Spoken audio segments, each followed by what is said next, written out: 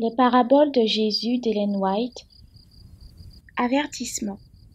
Dire et faire. Un homme avait 2 fils, et, s'adressant au premier, il dit : « Mon enfant, va travailler aujourd'hui dans ma vigne. » Il répondit : « Je ne veux pas. » Ensuite il se repentit et il alla. S'adressant à l'autre, il dit la même chose, et ce fils répondit : « Je veux bien, Seigneur. » Et il n'alla pas. Lequel des 2 a fait la volonté du Père ? Ils répondirent : le premier. Dans son sermon sur la montagne, le Christ précise : ceux qui me disent Seigneur, Seigneur, n'entreront pas tous dans le royaume des cieux, mais celui-là seul qui fait la volonté de mon Père qui est dans les cieux. Le critère de la sincérité ne réside pas dans les paroles, mais dans les actes. Le Christ ne demande pas en effet « Que dites-vous d'extraordinaire ?» mais bien « Que faites-vous d'extraordinaire ?» Ces paroles sont les plus significatives. Si vous savez ces choses, vous êtes heureux pourvu que vous les pratiquiez. Les paroles ne sont rien si elles ne sont pas accompagnées par les actes correspondants. Tel est l'enseignement de la parabole des 2 fils. Elle fut donnée lors de la dernière visite que Jésus fit à Jérusalem avant de mourir. Il venait de chasser du temple, vendeurs et changeurs. Et sa voix avait parlé au cœur de ces hommes par la puissance de Dieu. Stupéfaits et terrifiés, ils avaient obéi à son ordre sans discussion et sans offrir de résistance. Mais, revenus de leur saisissement, les prêtres et les anciens retournèrent au temple et trouvèrent le Christ guérissant les malades et les mourants. Ils entendirent des cris de joie et des chants de louange. Dans le temple même, les enfants qui avaient été guéris agitaient des branches de palmier en chantant de joyeux hosanna au fils de David. Les lèvres des tout jeunes enfants balbutiaient les louanges du puissant guérisseur. Cependant, tout cela ne suffisait pas pour vaincre les préjugés et la jalousie des prêtres et des anciens. Le lendemain, tandis que le Christ enseignait dans le temple, ils vinrent à lui en disant : « Par quelle autorité fais-tu ces choses, et qui t'a donné cette autorité ?» Ces hommes avaient eu des preuves irrécusables du pouvoir du Christ. Lors de la purification du temple, ils avaient vu l'autorité céleste qui se dégageait de son visage. Ils n'avaient pas pu résister à la puissance de sa parole, et Jésus avait répondu à leurs questions, une fois de plus, par les guérisons merveilleuses qu'il avait opérées. Il avait donné de son autorité des signes évidents qu'il n'était pas possible de contester. Mais les prêtres et les anciens voulaient autre chose que des preuves. Ils désiraient pousser Jésus à se proclamer lui-même le Messie, afin de tordre ses paroles et de soulever le peuple contre lui. Ils désiraient saper son influence afin de pouvoir le faire mourir. Jésus savait que s'il ne reconnaissait pas Dieu en lui, ou s'il ne trouvait pas dans ses miracles une confirmation de sa divinité, il ne recevrait pas non plus son témoignage s'il se présentait ouvertement comme le Christ. Dans sa réponse, il éluda la question sur laquelle ils espéraient pouvoir le perdre, et il la fit tourner à leur propre confusion. « Je vous adresserai aussi une question, leur dit-il, et si vous m'y répondez, je vous dirai par quelle autorité je fais ces choses. Le baptême de Jean, d'où venait-il, du ciel ou des hommes ?» Les chefs des prêtres et les anciens du peuple demeurèrent perplexes. Ils raisonnèrent ainsi entre eux. Si nous répondons du ciel, il nous dira : pourquoi donc n'avez-vous pas cru en lui ? Et si nous répondons des hommes, nous avons à craindre la foule, car tous tiennent Jean pour un prophète. Alors ils répondirent à Jésus : nous ne savons. Et il leur dit à son tour : moi non plus, je ne vous dirai pas par quelle autorité je fais ces choses. Nous ne savons. Cette réponse n'était pas véridique. Voyant qu'ils s'étaient mis dans une fâcheuse position, les prêtres s'abritèrent sous un mensonge. Jean-Baptiste était venu rendre témoignage à celui dont il contestait l'autorité. Il l'avait désigné en ces termes : « Voici l'agneau de Dieu qui ôte le péché du monde. » C'est lui qui l'avait baptisé au sortir de l'eau, tandis que Jésus priait son Père. Le ciel s'était ouvert, et le Saint-Esprit était descendu sur lui sous la forme d'une colombe. Une voix avait fait entendre des cieux ces paroles. Celui-ci est mon fils bien-aimé, en qui j'ai mis toute mon affection. Se souvenant de la manière dont Jean avait rappelé les prophéties relatives au Messie et de cette scène du baptême de Jésus, les prêtres et les principaux de la nation n'osèrent pas dire que le baptême de Jean était du ciel. S'ils reconnaissaient dans le Baptiste un prophète, comme ils en étaient pleinement convaincus, comment répudier le témoignage qu'il avait rendu au Fils de Dieu? Et ils ne pouvaient pas dire que le baptême de Jean était des hommes, parce que le peuple croyait que Jean était un prophète. Voilà pourquoi ils répondirent « Nous ne savons ». Alors le Christ présenta la parabole du Père et de ses 2 fils. Quand le Père s'adressa au premier, « Va travailler aujourd'hui dans ma vigne », le Fils lui répondit aussitôt « Je ne veux pas ». Il refusa d'obéir, s'engagea sur une voie tortueuse et eut de mauvaises fréquentations. Mais plus tard, il se repentit et fit ce qui lui était commandé. Le Père donna au second le même ordre. « Va travailler aujourd'hui dans ma vigne ». Celui-là lui répondit « Je veux bien, Seigneur », mais il ne s'y rendit pas. Dans cette parabole, le Père représente Dieu, la vigne, l'Église. Les 2 fils correspondent à 2 classes d'individus. Celui qui refusa d'obéir en disant « Je ne veux pas » était une figure de ceux qui vivaient ouvertement dans le péché, ne faisant aucune profession de piété, repoussant les restrictions qui découlent de l'obéissance au commandement de Dieu. Mais plusieurs d'entre eux, par la suite, répondirent à l'appel divin. Quand l'Évangile leur fut présenté en ces termes par Jean-Baptiste, « Repentez-vous, car le royaume des cieux est proche », ils se repentirent et confessèrent leurs fautes. Le caractère des pharisiens fut révélé dans l'attitude du cadet qui dit « Je veux bien, Seigneur », et qui n'alla pas à la vigne. Comme ce fils, les principaux du peuple étaient impénitents et remplis d'eux-mêmes. La vie religieuse d'Israël n'était plus qu'un vain simulacre. Quand la loi fut proclamée sur la montagne du Sinaï par la voix de Dieu, les Juifs unanimes déclarèrent « Nous ferons tout ce que l'Éternel a dit ». Ils répondirent « Je veux bien, Seigneur », mais ils ne le firent pas.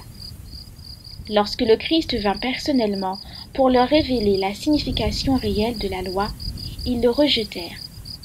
Le Sauveur avait donné aux personnes influentes de son époque des preuves abondantes de son autorité et de sa puissance divine, mais bien que convaincues, elles ne voulurent pas en convenir.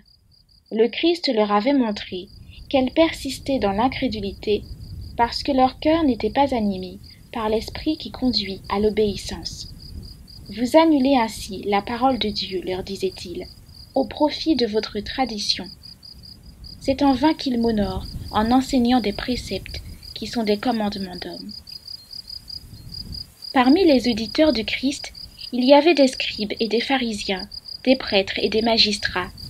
Après avoir donné la parabole des 2 fils, il leur demanda « Lequel des 2 a fait la volonté du Père ?» Ne se doutant de rien, les pharisiens répondirent « Le premier ». Ils ne comprenaient pas qu'ils se condamnaient eux-mêmes par ces paroles. Alors le Christ leur fit cette remarque sévère.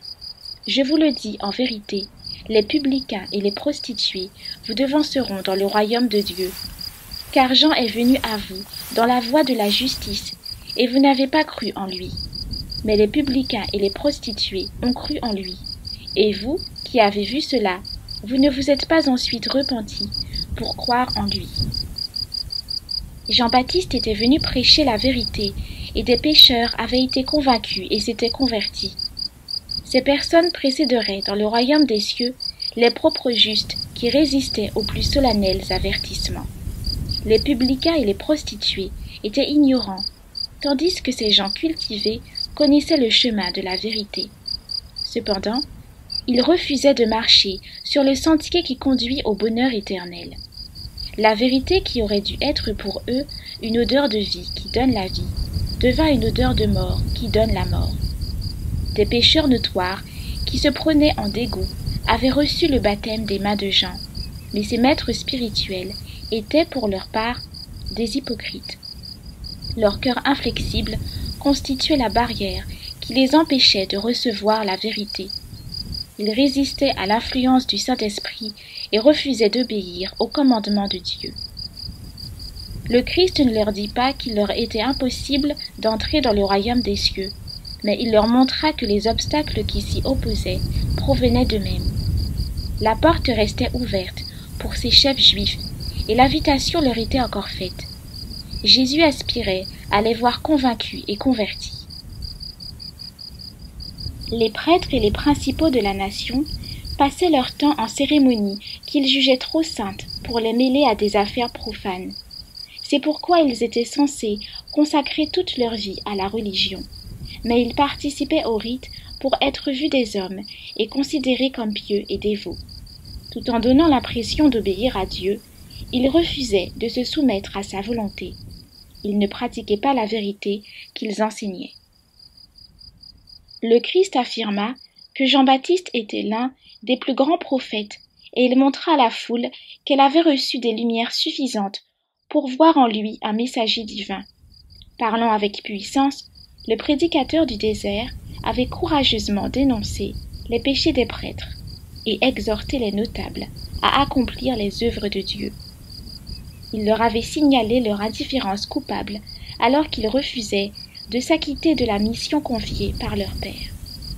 Jean-Baptiste n'avait consenti à aucun compromis avec le péché, et plusieurs furent ainsi détournés de leur injustice. Si les conducteurs d'Israël avaient été sincères, ils auraient reçu le témoignage de Jean et accepté Jésus comme le Messie. Mais ils ne produisirent pas dans leur vie les fruits de la repentance et de la justice.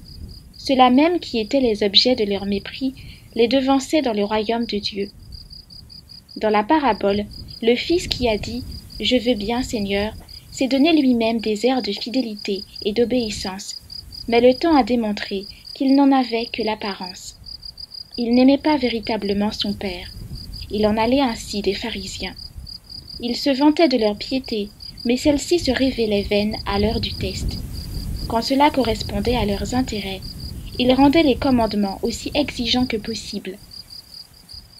Mais s'il fallait qu'ils se soumettent eux-mêmes à l'obéissance, ils recouraient aux raisonnements les plus subtils pour éluder les préceptes divins. Le Christ disait à leur sujet « Faites donc et observez tout ce qu'ils vous disent, mais n'agissez pas selon leurs œuvres, car ils disent et ne font pas. » Ils n'étaient pas vraiment animés d'amour pour Dieu et le prochain. Le Seigneur les invitait à être ses collaborateurs en vue de travailler au bien de l'humanité, mais tout en donnant l'apparence d'accepter son appel, ils refusaient d'obéir. Ils mettaient leur confiance en eux-mêmes et se glorifiaient de leur bonté, mais ils foulaient aux pieds les commandements de Dieu et ne voulaient pas s'acquitter de la tâche assignée. À cause de leur transgression, le Seigneur était sur le point de retirer ses faveurs à cette nation rebelle. La propre justice est une contrefaçon de la vraie justice, et tous ceux qui s'y attachent auront à en supporter les conséquences désastreuses. De nombreuses personnes aujourd'hui prétendent obéir à la loi divine sans avoir dans leur cœur l'amour de Dieu qui se répand sur le prochain.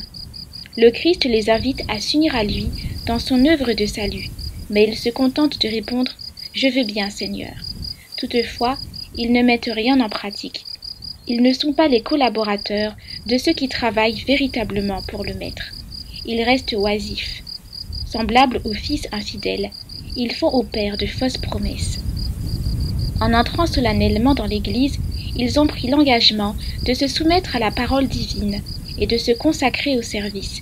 Mais ils ne le tiennent pas. En parole, ils se disent enfants de Dieu, mais ils le renient dans leur vie et leur caractère. Ils ne se soumettent pas à sa volonté.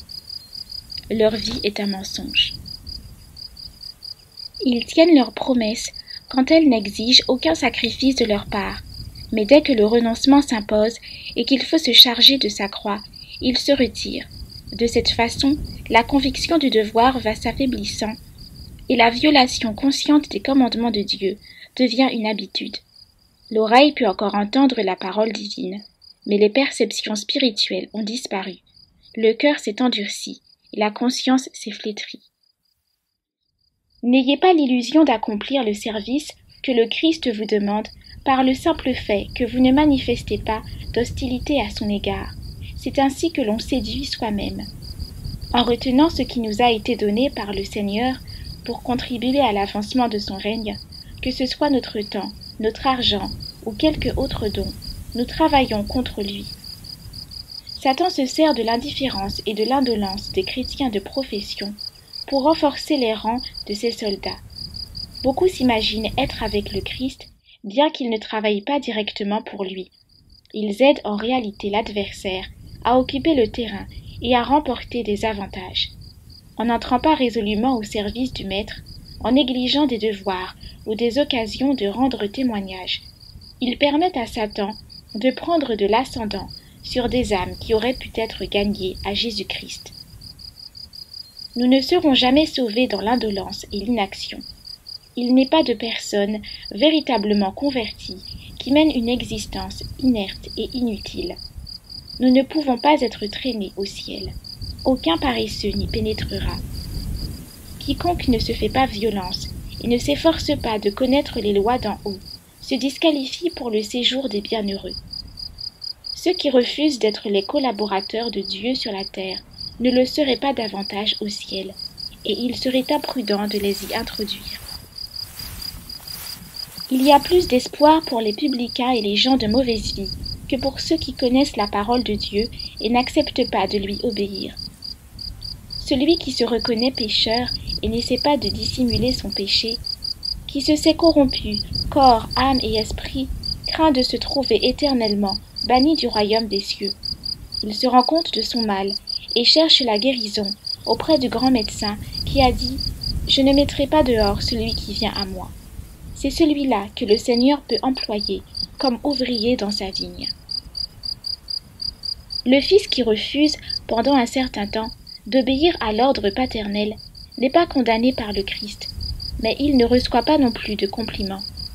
Ceux qui jouent le rôle du premier fils, refusant d'obéir au Père, ne méritent aucune louange pour leur attitude. Il ne faut pas considérer leur franchise comme une vertu. Transformée par la vérité et rendue sainte, elle pourrait amener ces personnes à témoigner courageusement pour leur maître.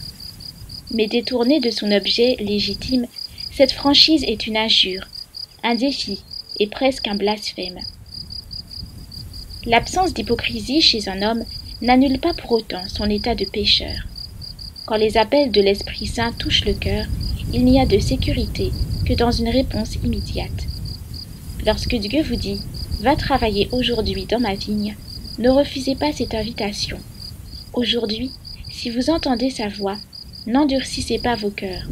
Il est imprudent de temporiser au lieu d'obéir. Vous risquez de ne plus jamais entendre un autre appel. Que personne ne pense que les péchés longtemps caressés peuvent être abandonnés aisément. Tel n'est pas le cas. Chaque péché entretenu affaiblit le caractère et fortifie la mauvaise habitude. On aboutit ainsi à une dépravation physique, mentale et morale. Vous pouvez vous repentir de votre iniquité et suivre résolument la bonne voie. Mais votre tournure d'esprit, votre familiarité avec le mal vous rendent peu apte à le distinguer du bien. Par les mauvaises habitudes que vous aurez contractées, Satan vous assaillira sans relâche. La pierre de touche de votre sincérité se trouve dans ce commandement. Va travailler aujourd'hui dans ma vigne. Répondrez-vous par les actes aussi bien que par les paroles. Celui qui a reçu l'appel divin fera-t-il pleinement usage de toute la connaissance qu'il possède et travaillera-t-il avec fidélité et abnégation pour le maître de la vigne? L'apôtre Pierre nous indique comment nous devons agir. Que la grâce et la paix vous soient multipliées, écrit-il, par la connaissance de Dieu et de Jésus notre Seigneur. Comme sa divine puissance nous a donné tout ce qui contribue à la vie et à la piété, au moyen de la connaissance de celui qui nous a appelés par sa propre gloire et par sa vertu, lesquels nous assurent de sa part les plus grandes et les plus précieuses promesses, afin que par elles vous deveniez participants de la nature divine, en fuyant la corruption qui existe dans le monde par la convoitise. À cause de cela même, faites tous vos efforts pour joindre à votre foi la vertu, à la vertu la science, à la science la tempérance, à la tempérance la patience, à la patience la piété, à la piété l'amour fraternel, à l'amour fraternel la charité. Si vous cultivez la vigne de votre âme avec fidélité, Dieu fera de vous son collaborateur. Ainsi, vous travaillerez non seulement pour vous-même, mais aussi pour vos semblables. En comparant l'Église à une vigne, le Christ ne veut pas dire que nos sympathies et nos efforts doivent se limiter à ses seuls membres. Il désire que le vignoble s'étende jusqu'aux extrémités de la terre. À mesure que nous recevons l'instruction et la grâce de Dieu, il nous faut apprendre aux autres la manière de soigner les plantes précieuses que sont ses enfants. Dès lors, nous travaillerons à l'extension de la vigne du Seigneur. Celui-ci attend une démonstration de notre foi, de notre amour et de notre persévérance. Il a les yeux fixés sur nous, pour voir si nous profitons de tous les avantages spirituels qu'il met à notre portée, afin que nous devenions d'habiles vignerons sur la terre et que nous puissions entrer dans le paradis de Dieu, cette demeure édénique d'où Adam et Ève ont été exclus par leur transgression. Dieu est un Père pour son peuple. À ce titre, il a droit à un fidèle service de notre part. Considérez la vie du Christ, placé à la tête de l'humanité, accomplissant l'œuvre de son Père. Il est un exemple de ce que chaque fils devrait et pourrait être. Aujourd'hui, Dieu exige de tout être humain l'obéissance même dont le Christ a fait preuve.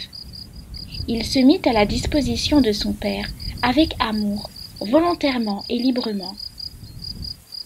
Je veux faire ta volonté, mon Dieu, et ta loi est au fond de mon cœur. Aucun sacrifice, aucun labeur ne paraissait trop pénible au Christ, tandis qu'il accomplissait l'œuvre pour laquelle il était venu. À l'âge de 12 ans, il disait déjà « Ne savez-vous pas qu'il faut que je m'occupe des affaires de mon Père ?» Il avait entendu l'appel et s'était mis à l'ouvrage. Ma nourriture est de faire la volonté de celui qui m'a envoyé et d'accomplir son œuvre, fait-il remarquer. C'est ainsi que nous devons servir Dieu, par l'action dans une obéissance totale. Tous ceux qui désirent être ses fils et ses filles doivent coopérer avec lui, avec le Christ et avec les anges. C'est le test auquel chacun sera soumis. Le Seigneur dit de ceux qui s'acquittent fidèlement de leurs tâches. Ils seront à moi, mon trésor particulier, au jour que je ferai, et je les épargnerai comme un homme épargne son fils qui le sert. Le dessein de Dieu est d'éprouver les hommes en leur donnant l'occasion de former leur caractère. Ils doivent montrer s'ils sont fidèles ou non à ses commandements. On n'acquiert pas l'amour du Père par de bonnes œuvres, mais celle-ci révèle si nous le possédons. Celui dont la volonté est soumise à celle de Dieu n'accomplira pas d'œuvre pour mériter son amour. Si nous recevons ce dernier comme un don gratuit, nous obéirons avec joie au commandement. Il n'y a aujourd'hui dans le monde que 2 catégories de personnes, celles qui transgressent la loi et celles qui l'observent. Il en sera de même au jour du jugement. Voilà la pierre de touche, au moyen de laquelle on reconnaît la fidélité ou l'infidélité. Si vous m'aimez, dit le Christ, gardez mes commandements. Celui qui a mes commandements et qui les garde, c'est celui qui m'aime. Et celui qui m'aime sera aimé de mon Père. Je l'aimerai et je me ferai connaître à lui. Celui qui ne m'aime pas ne garde point mes paroles. Et la parole que vous entendez n'est pas de moi, mais du Père qui m'a envoyé.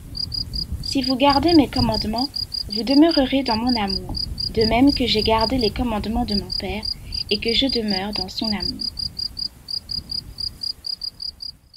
Retrouvez plus de lectures des ouvrages de l'Esprit de prophétie sur lerest.org.